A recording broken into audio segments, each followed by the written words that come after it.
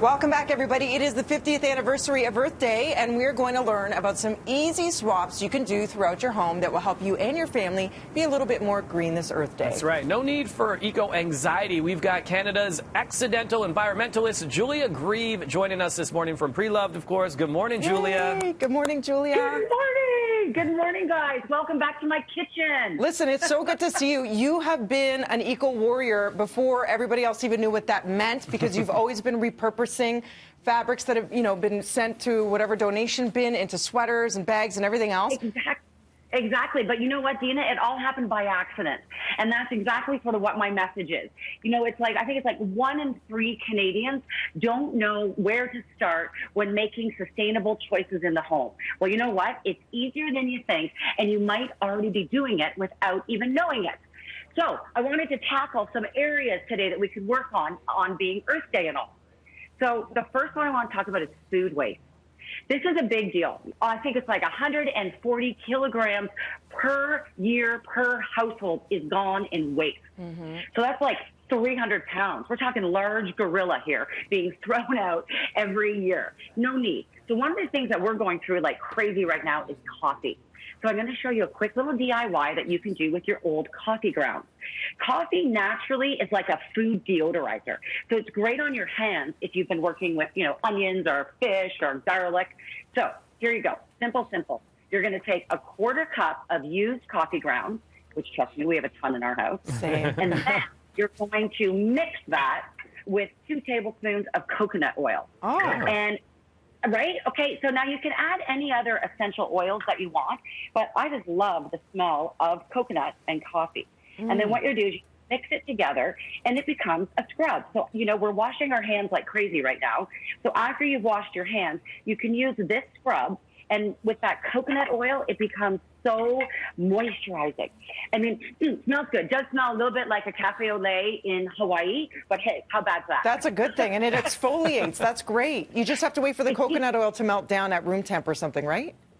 Exactly. Soften, but yeah. it really does, like, Dina, afterwards, your hands are so moist. It's really, really good. It's so good. Love it. Okay, another thing to think about today is cleaning, okay? We're doing so much cleaning around the house.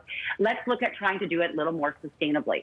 Everybody knows that, well, I assume everyone knows, vinegar is an amazing natural cleaner. My mom uses it, my grandmother, but the problem is that your house ends up smelling a bit like a pickle, right? Or like a fish and chips joint.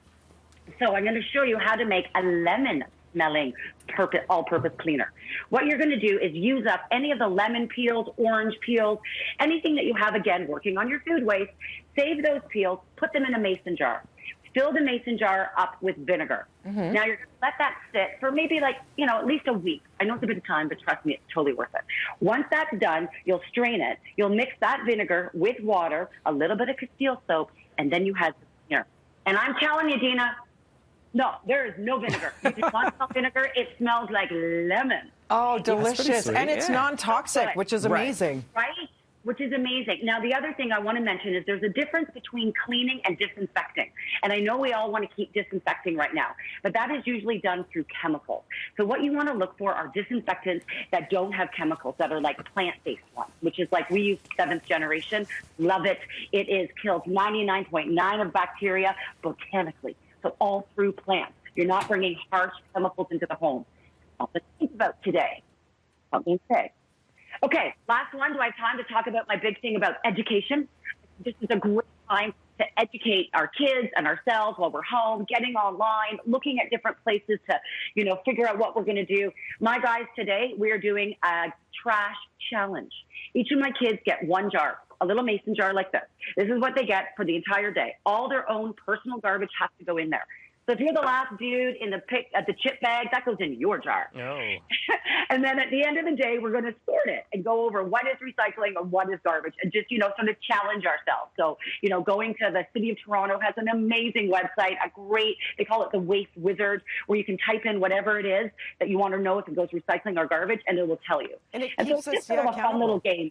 It makes us more mindful. I love it. 3 simple changes. Head on over to getpreloved.com. Little things make a big impact. Love you. Love to your family. Stay well, Julie. Thanks for having me, Thank you. Thanks, Julia. Good one. She's so sweet.